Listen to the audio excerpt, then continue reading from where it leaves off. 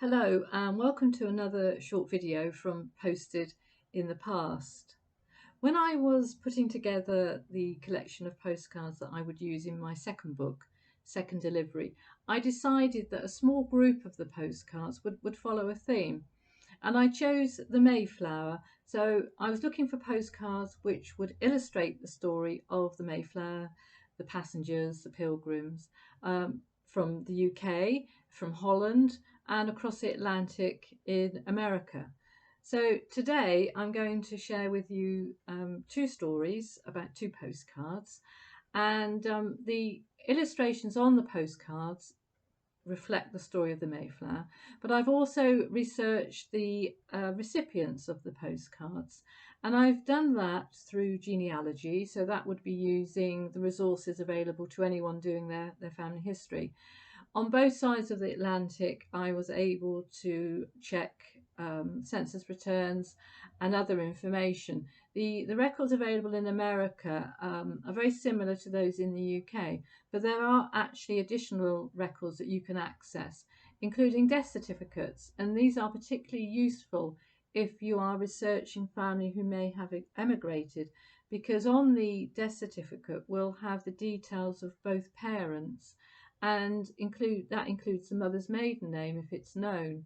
So they are very, very useful documents. So if you do have connections with people in America and are worried that maybe you won't be able to find the information, or it might not actually be as easy as it can sometimes be in the UK, don't be put off, because I found the American records very, very useful.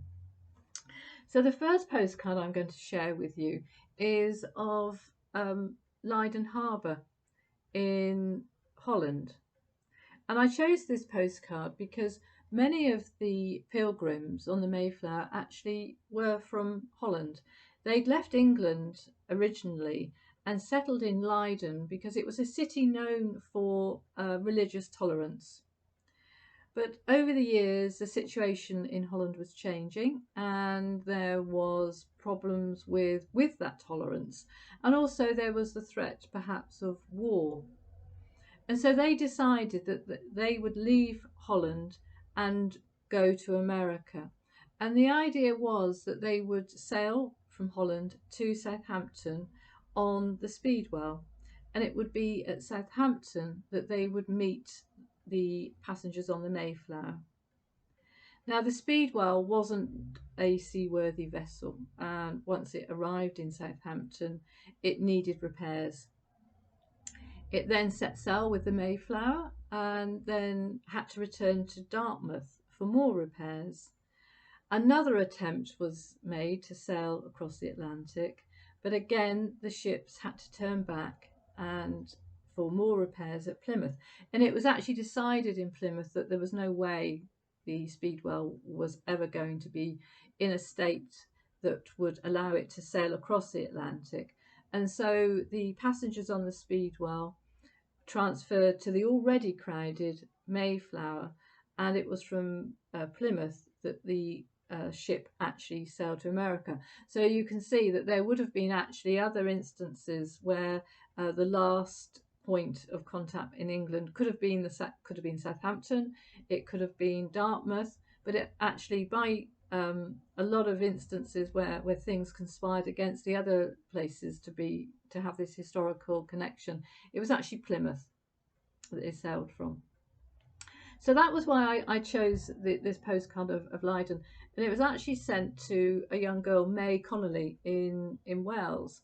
And although the family lived in Wales, they weren't actually from Wales, and so I was able to find them in the normal English UK records. Now, unsurprisingly, with the families I've researched from this project, because all of the postcards are more than 100 years old, so you can see through the records how many were affected by the First World War. I mean, you could argue that every family was affected by the First World War, whether it would be a father, a brother, or a son, or it could be from the wider family tree. Even within roads, you would know neighbours perhaps who were affected by it. when I was researching the first postcard in this project, which was sent to a soldier in the Chelsea barracks, Gilbert Freeman, he was killed in the First World War. And the thing that struck me when I was researching where he lived in Saltash for a time was how many of the names on the war memorial in Saltash connected with a very close community. And of course, that's reflected all around the UK. So May was one of those who actually lost a brother, and I found his records particularly harrowing because they detailed what had happened to him.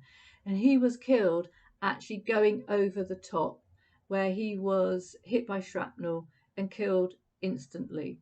Now, I'm sure many of us have seen films um, taken at the time where you see these poor men going over the top and then they just drop. And of course, May's brother was actually one of those. So quite traumatic for the family because they would have had that information as well. But perhaps being killed instantly was no bad thing. Um, you can't really say, can you? So the Mayflower eventually arrives in America, and because it was late, because of all these stop-starts, it was affected by bad weather, and it didn't actually reach its intended location in Virginia. Captain Jones dropped anchor off of what we now know as Cape Cod. Because it was so late in arriving, it wasn't possible for the passengers to disembark and live on land. Had they reached Virginia, there was already a settlement there, and so there would have been some shelter. But where they landed, which is what we know as today as Plymouth, there was nothing there, and so they had to build shelter and survive the winter living on the Mayflower. And it's obviously no surprise to learn that so many died in that first year. And one of the families I feature, I tell the story through this family, is the Mullins family, and the parents and one son were actually died during that first year because they had atrocious conditions. Surviving the voyage was something of an achievement because the conditions were so crowded because of these extra passengers as well. So the second postcard I'm going to talk about is an American postcard of Plymouth Rock. Now there is some debate over whether this is actually Plymouth Rock. It has been moved. The location isn't where it actually started life. And over the years, before it was protected, it was damaged. And in fact, I found a note that there was a lecture tour undertaken by a reverend from London. And as a thank you and as a keepsake, they chipped off a lump. And it's actually still in the chapel in Islington, this memento that he brought home. Anyway, the postcard was sent to a young girl in America, and it mentions that the sender actually stood on the shore looking out at the Atlantic. And of course, this is something that I think would connect with the actual passengers on the Mayflower, that through those awful times, because even when they were able to live on land, the conditions were so awful for them.